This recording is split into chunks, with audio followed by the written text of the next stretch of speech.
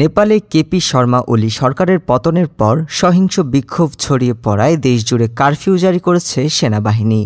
রাজধানী কাঠমান্ডু সহ বিভিন্ন স্থানে ভাঙচুর, অগ্নিসংযোগ ও লুটপাটের ঘটনা ঘটছে। সহিংসতায় এ পর্যন্ত পুলিশের গুলিতে অন্তত ১৯ জন বিক্ষোভকারী নিহত হয়েছেন।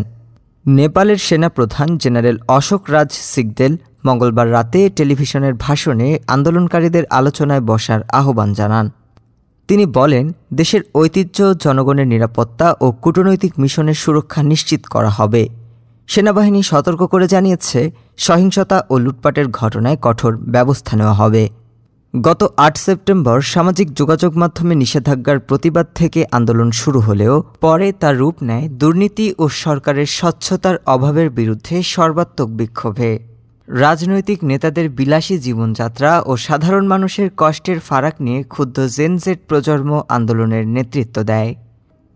ডেস্ক রিপোর্ট, আজ বার্তা।